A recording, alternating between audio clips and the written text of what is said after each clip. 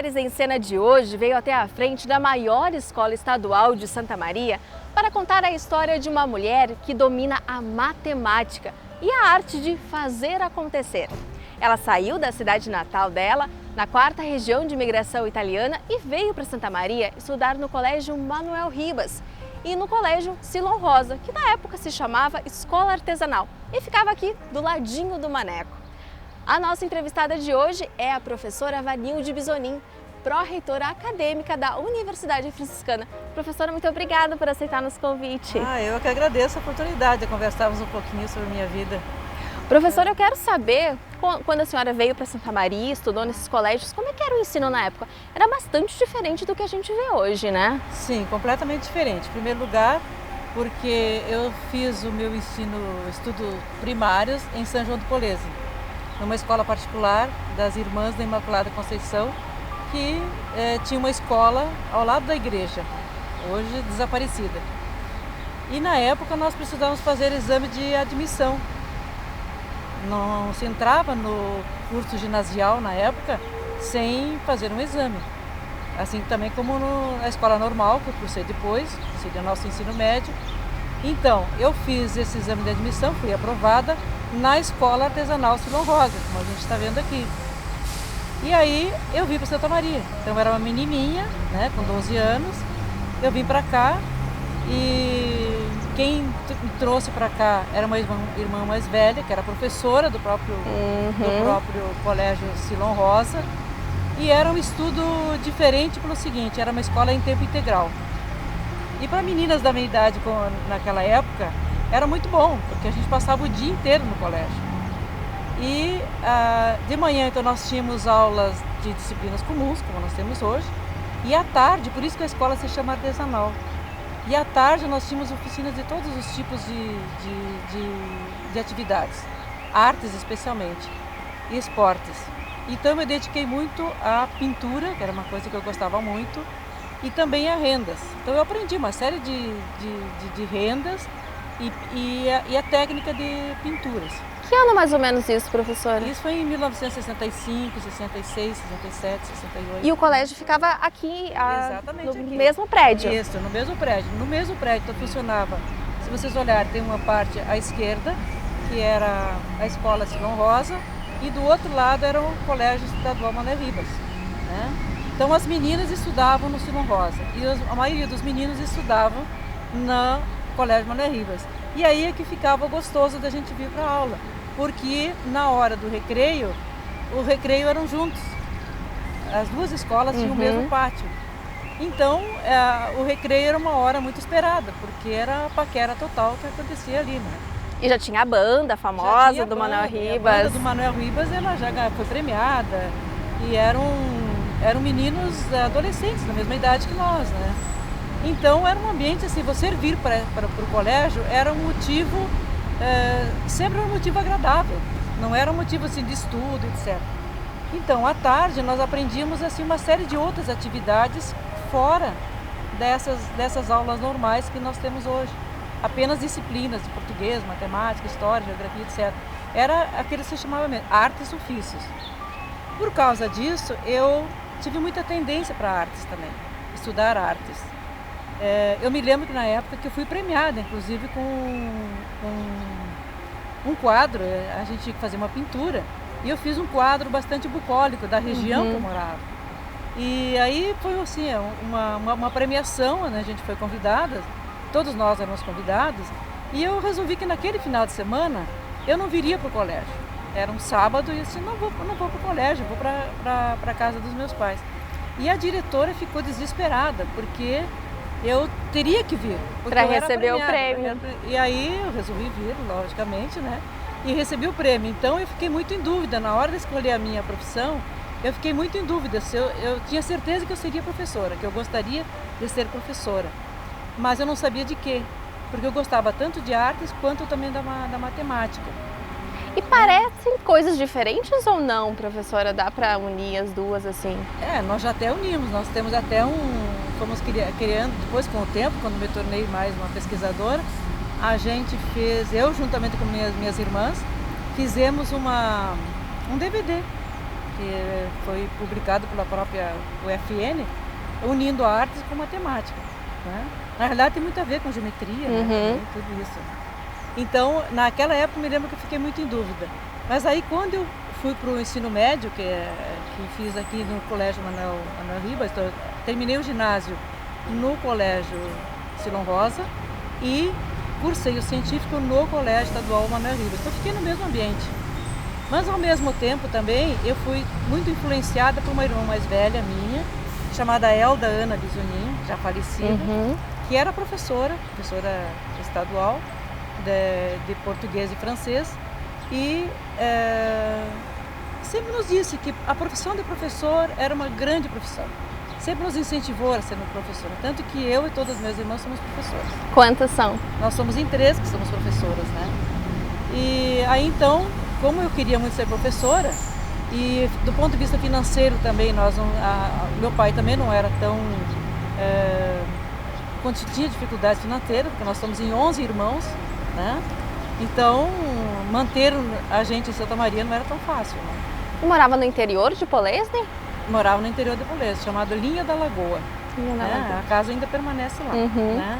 E agora virou um sítio, os herdeiros, enfim, reformaram, é um lugar muito gostoso, né? É cheio de flores, cheio de frutas, animais, etc, né? Então, na época, eu fiz também um exame para entrar no curso normal do Colégio Estadual Olavo Bilac. E aí também fui aprovada. Então, durante o dia eu estudava no Colégio Estadual Olavo Bilac e à noite eu vinha para o Colégio Manuel Ribas fazer o científico. O curso normal que a senhora fala é o magistério? É o magistério. Então, na realidade, eu escolhi a profissão muito cedo, né? Desde jovem eu queria ser professora. Mas ainda não sabia a área? Ainda não sabia a área. E aí a influência dos professores, tanto do curso ginasial, quanto do científico e quanto do normal, foi fundamental. Elas foram fundamentais para mim. E aí eu escolhi então fazer matemática. Nunca pensei em fazer engenharia. Todo mundo me questionava, mas se você gosta da parte tecnológica, por que você não faz engenharia? Eu nunca pensei em fazer engenharia. Assim como também nunca pensei em fazer medicina. Outra área da saúde, eu já não tinha essa tendência. Mas na área tecnológica eu sentia que tinha essa tendência. E aí, então eu escolhi fazer matemática e fiz o vestibular, então. Até antecipei um pouco o vestibular por causa do curso científico, porque o normal eram 3 anos e meio, então eu só obteria o diploma 3 anos e meio depois, né? Mas com o curso científico eu consegui fazer em 3 anos. Então, ao mesmo tempo, no primeiro ano da faculdade eu era aluna do ensino médio e também aluna do universitária. Universitária. Mas a ideia da senhora era se formar e dar aula para educação básica, para universitários? Já tinha uma ideia disso? Na época você quer ser professora, então você não importa quem ensinar. Não importa quem. Eu descobri que eu gostaria mais de dar aula no ensino superior depois durante a faculdade. Aí eu comecei a gostar mais da pesquisa, gostei mais do magistério, dos tópicos tratados no ensino superior do que tratados no ensino médio. Lidar com pessoas também, né? Tem essa questão que você, como professora, você tem que saber lidar com alunos, né? Com adolescentes. E às vezes não é tão simples assim. E logo que eu me formei, apareceu a oportunidade de eu dar aula na universidade como professora colaboradora. Ou seja, a professora colaboradora era aquela professora que não tinha um contrato fixo, era por um tempo determinado. Isso lá na UFSM? Lá no UFSM.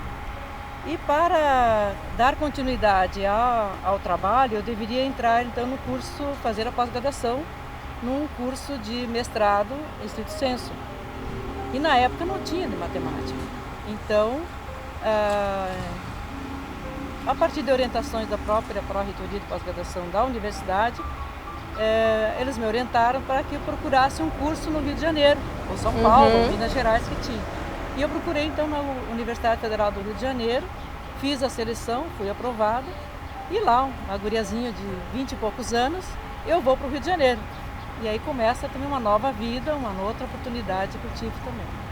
E já emendou o doutorado por lá também? Não, aí eu fiz o primeiro mestrado, aí aconteceu um problema familiar bem sério na minha família, pai e mãe doente, mãe doente também, aí as dificuldades foram aparecendo, então eu interrompi quer dizer, concluí o mestrado, mas aí eu voltei. E depois que a situação se acomodou, aí eu retornei novamente ao Rio de Janeiro e terminei então o meu mestrado, terminei em 78 e o meu doutorado, não, desculpe, em 88 e o meu doutorado em 90, não, desculpe, aí eu... Não tem problema. Eu terminei em 78 o mestrado, aí eu entrei no doutorado em 88 e terminei em 92. E sempre tinha a certeza, quando voltou para cá, né, para ficar com a família, nunca pensou em desistir. Sempre tinha certeza que queria seguir. Sempre fui bem. Sempre, é que no Rio de Janeiro a experiência foi muito gratificante. Ela foi gratificante no sentido assim, de conseguir fazer numa cidade tão grande quanto aquela, uma universidade tão grande, criar um grupo de amigos que permanece até hoje. Ah, que bacana! Então tem alguns momentos que eu volto para o Rio de Janeiro e estou me sentindo voltando para casa. Tal é a afinidade que se tem, né? Nós viajamos juntos, as pessoas viajam juntos. E às vezes eles ligam assim, você vai para onde agora? Estou pensando em determinado lugar. Então eu vou junto.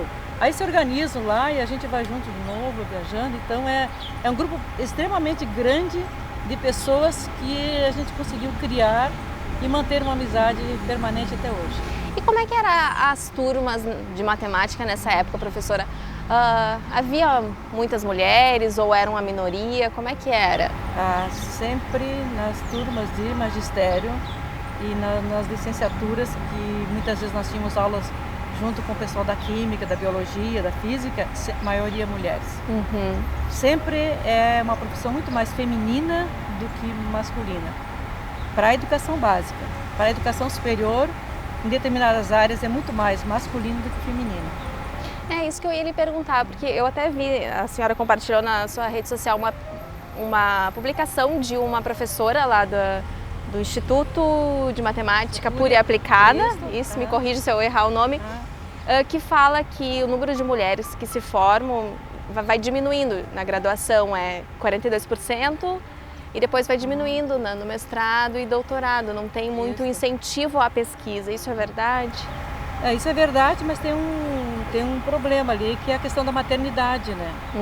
Então as mulheres casam, elas muitas vezes casam cedo também, né? Elas são pesquisadoras, elas trabalham também.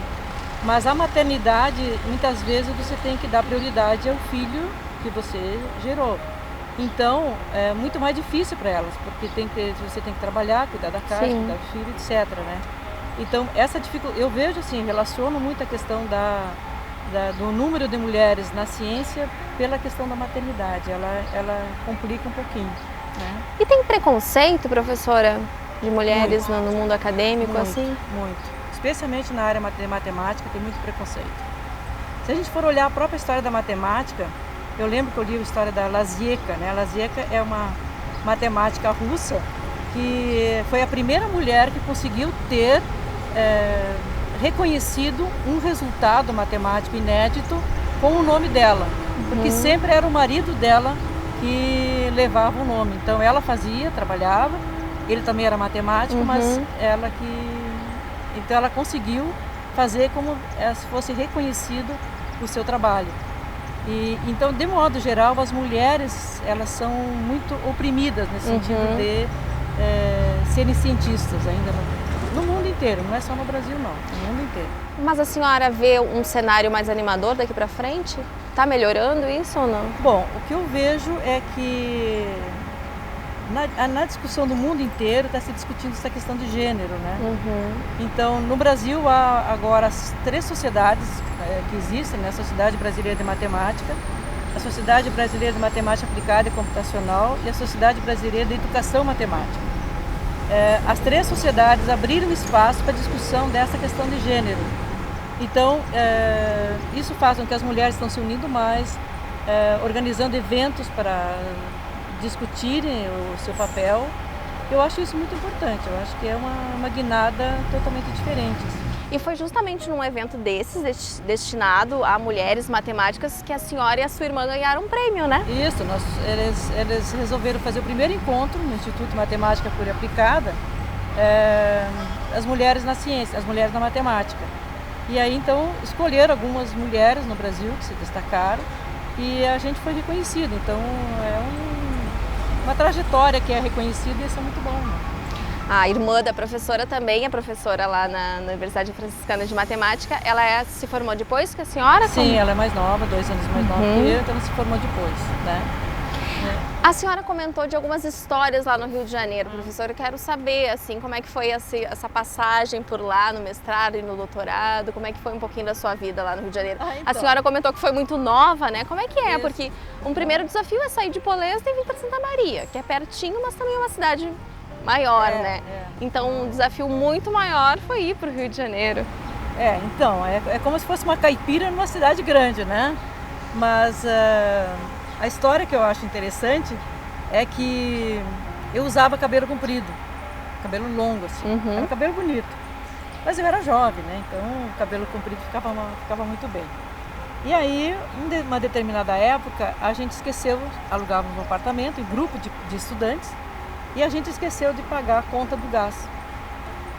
E aí recebemos uma cartinha dizendo que o gás ia ser cortado, etc. Então, como resolver isso, né? Nenhum banco recebia a conta, porque já tinha vencido. Então eu fui designada pelo grupo de ir até a companhia de gás para pagar a conta. Muito bem. Isso ficava na Avenida Presidente Vargas, ficava longe de onde eu morava na praia de Botafogo. E fui lá eu. Naquela época estava sendo construído o metrô do Rio de Janeiro, né? E estava justamente nessa parte da avenida onde ficava a companhia de gás. E na volta, depois que eu paguei, fiz tudo, na volta eu fiquei observando o trânsito e ao mesmo tempo andando na calçada. 2 coisas ao mesmo tempo a gente não deve fazer, né? Mas isso eu fiz. E de repente aparece na minha frente um buraco do próprio metrô, assim.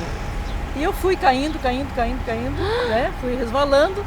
E aquele monte de areia por cima de mim, de terra por cima de mim. Então você imagina como é que eu fiquei. Calor, cabelo longo, como é que eu fiquei.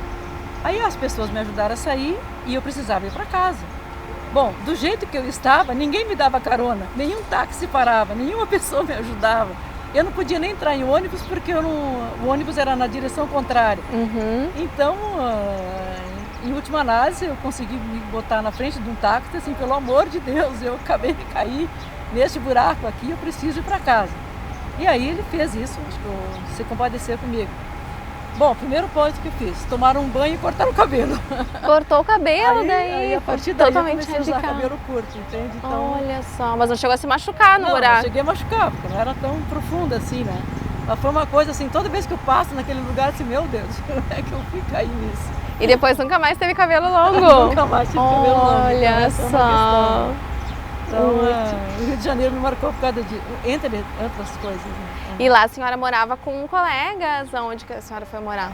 Não, aí eu morava, dividia o apartamento com pessoas da própria UFRJ, né, que eram já até professoras e estudantes. Depois da minha irmã foi para lá também, então a gente já dividia também o apartamento.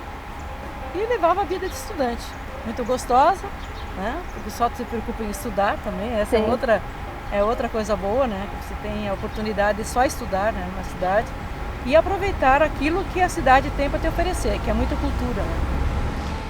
E quando a senhora voltou daí para Santa Maria, já tinha o trabalho certo? Como é que foi? Que quando eu fui para lá, eu tinha esse contrato de professora colaboradora. Então, na medida que eu concluí, eu permaneci como professora permanente da universidade. E aí eu segui a carreira universitária. E lá ajudou a implementar o mestrado em matemática? Isso, daí na universidade eu fiquei um tempo, né, como professora assistente e depois aí eu saí para fazer o doutorado. Quando eu voltei do doutorado em 92, é que a gente começou a fazer então os convênios com a Universidade Federal do Rio Grande do Sul e criamos lá na Universidade Federal o primeiro mestrado em matemática, né? E depois, quando eu me aposentei em 97, aí eu fui contratada aqui na antiga FAFRA, né, que era Faculdades Franciscanas, e a URGS então nos ofereceu a oportunidade de fazermos o convênio também com a FAFRA na época, né? E a gente implementou então aqui na UFN o primeiro mestrado em matemática também. Olha só, isso junto, mais ou menos no mesmo período então? Um após o outro. Então vários professores hoje que estão dando aula na Universidade Franciscana, eles cursaram esse mestrado, tiveram a oportunidade de fazê-lo aqui, né? Não precisou viajar. Bom, a sua chegada na Universidade Franciscana, então a gente fala depois do intervalo. Agora a gente faz uma pausinha. Pode ser, professora? Pode ser, vamos lá. Mulheres em Cena volta logo, não saia daí.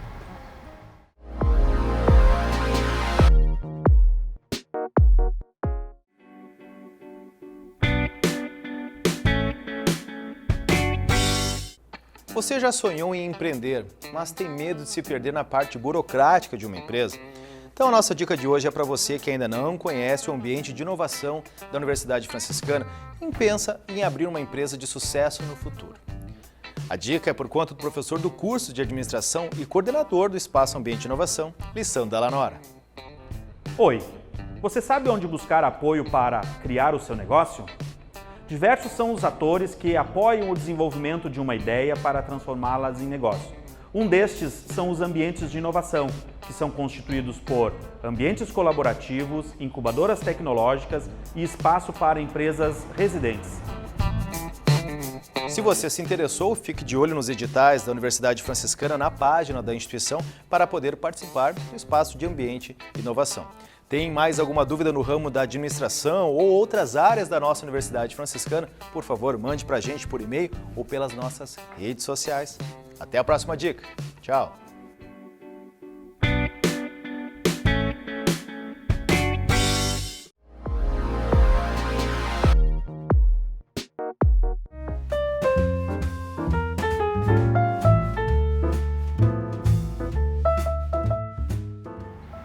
Mulheres em Cena está de volta hoje. A gente está conversando com a professora Vanilde Bisonin, pró-reitora acadêmica da Universidade Franciscana.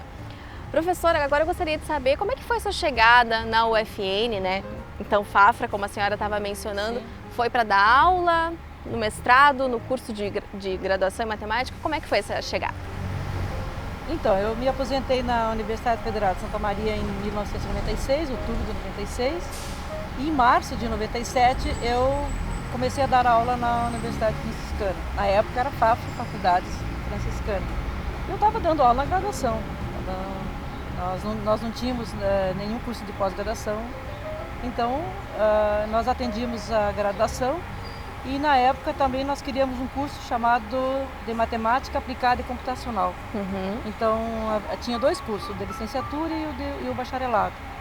Então, dessa turma de bacharelado, hoje existem dois professores na UFN, oriundos da primeira turma. Olha que é o só. professor Leonardo Dalla Porta, que acabou de defender agora o doutorado, né, em cotutela com a Universidade de Lyon, e o professor Leandro Fontoura. Então foram os dois alunos que depois seguiram a carreira de acadêmica, fizeram mestrado e agora o Leonardo São professores. O doutorado. Então já são dois frutos que já estão maduros aí. Né? E daí depois então surgiu o mestrado. Isso, aí depois fomos agregando mais pessoas, né? E a gente conseguiu então criar um mestrado em ensino de física e matemática. Ensino, daí não era somente preocupada com a formação de professores para a educação básica, qualificação desses professores. E com o crescimento desse curso, nós então encaminhamos o projeto de doutorado e hoje nós temos então 3 cursos na realidade, né? Um mestrado profissional em ensino de ciências e matemática, um mestrado acadêmico em ensino de ciências e matemática, o doutorado.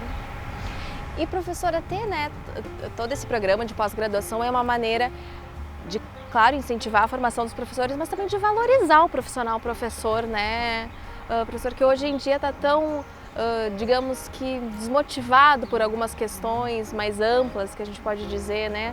O que a gente pode falar para os professores, a senhora que tem toda essa carreira, né? Olha, eu como te falei desde o início, eu escolhi ser professora muito jovem e não me arrependo absolutamente de nada que eu fiz. Eu penso que hoje a carreira de professor, ela tem que ser olhada com outro olhar. Por exemplo, o olhar da empregabilidade. Se nós olharmos hoje o número de pessoas desempregadas que são de outras áreas, nós não vemos nenhum professor desempregado. Então, muitas vezes as pessoas associam a carreira de professor à questão salarial. A questão salarial ela está melhorando, se nós olharmos assim em termos gerais, mas o que eu acho que isso tem que ser olhado com outro olhar é a questão da empregabilidade. O que você não vê hoje são pessoas que fizeram o curso de licenciatura e que estão desempregadas. Então, isso para mim, no momento de tanto desemprego que há no país, deve ser olhado, o jovem deve olhar essa carreira com outro olhar e não apenas do ponto de vista financeiro. E dentro da sua área, a senhora me falava da questão que tem um vasto mercado de trabalho, né? Isso. No caso da matemática. Da matemática. No caso da matemática, muitas vezes se olha o curso de licenciatura em matemática apenas pelo olhar de ser professor. Mas nós temos outras oportunidades, por exemplo, no setor empresarial, no setor bancário, na área financeira, que é um mercado ainda inexplorado e que pagam excelentes salários. Então, se você hoje eu diria até para o jovem, né? Se você hoje tem a tendência de gostar de números, de gostar de dados, de analisar dados, hoje é esse profissional que o mercado está precisando.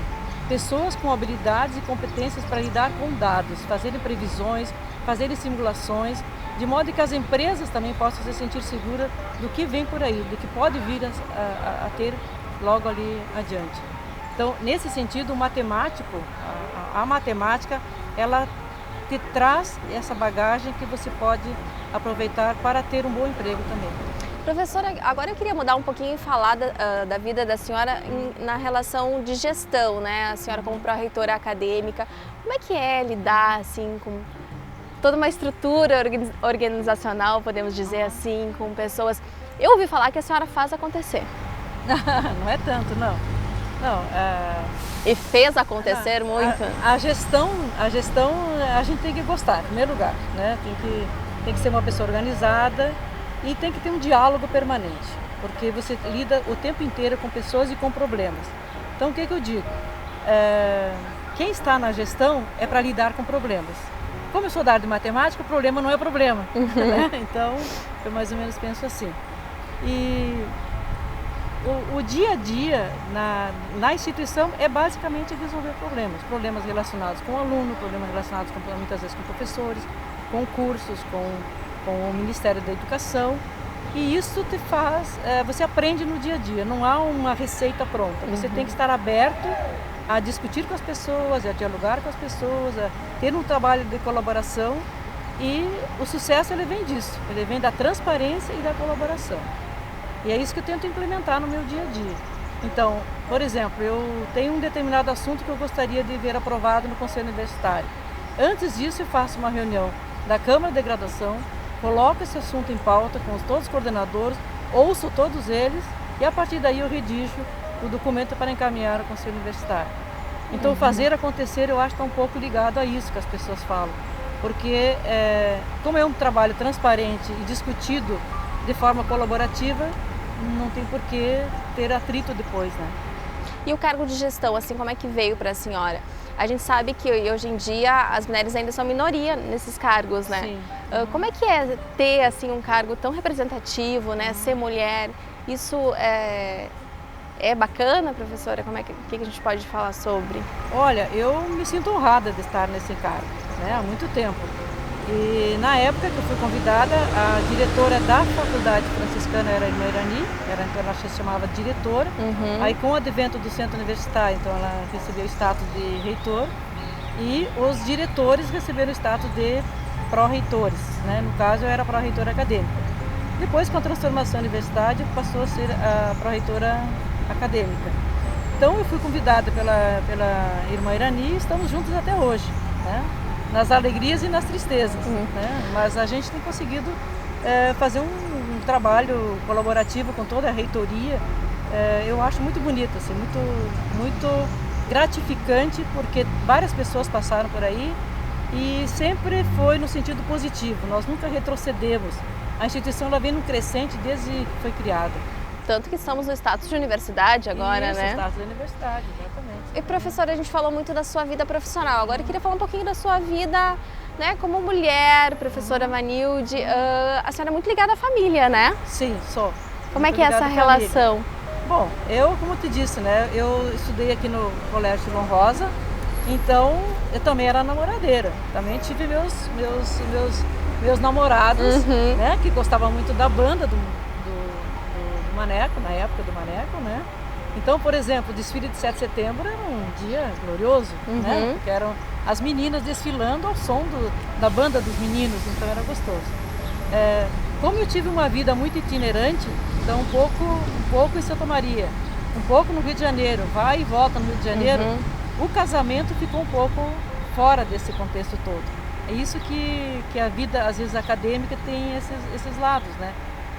Por exemplo, não quer dizer que no Rio de Janeiro não tenha namorado ninguém, entende? E também Santa Maria não tenha namorado. Mas quando eu estava namorando Santa Maria, fui para o Rio de Janeiro.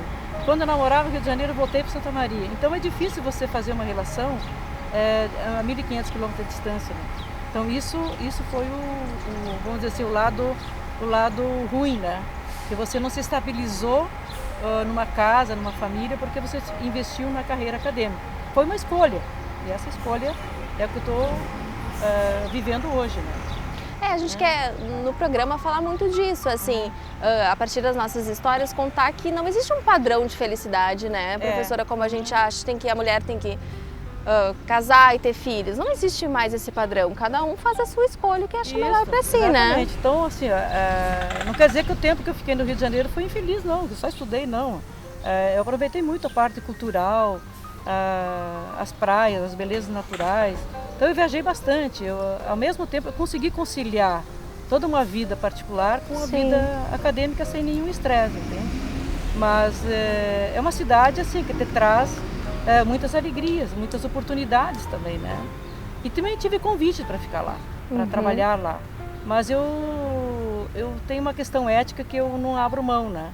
Eu assinei um documento dizendo que eu voltaria, então eu não abri mão daquilo que eu acordei, entende? Eu acho que isso faz parte também da vida da gente, são valores que eu não abri mão.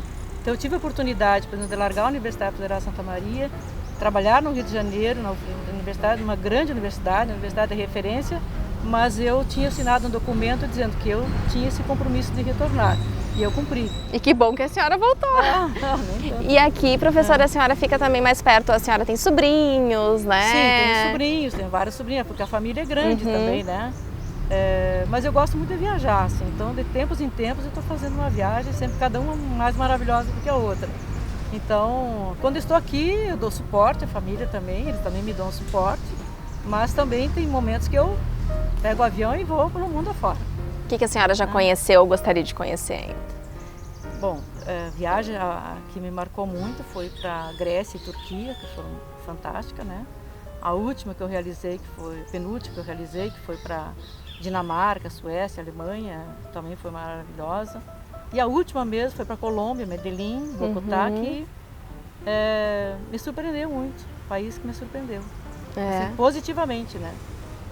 Assim, do ponto de vista cultural, como eles conseguiram superar todos os problemas sociais. Medellín, que teve toda aquela problemática, isso, né? Não quer dizer que tudo esteja resolvido, mas que eles conseguiram, assim, com muita união, com uma política bem transparente, né?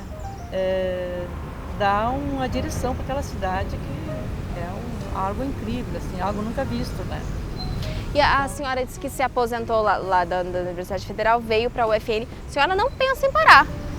Ainda não. Não, né? Ainda não, porque eu penso o seguinte, eu ganhei muita experiência na vida. Eu acho que Deus foi generoso comigo também, porque todas as vezes que eu saí com bolsa, saí com salário. Então eu penso que isso também me deu tranquilidade e eu pude realizar bons estudos. Fiz um pós-doutorado no Chile em várias oportunidades também, vários congressos no exterior. Então cada viagem dessa elas te marcam, elas te deixam uma marca e você consegue fazer uma relação internacional também, não somente nacional como também internacional.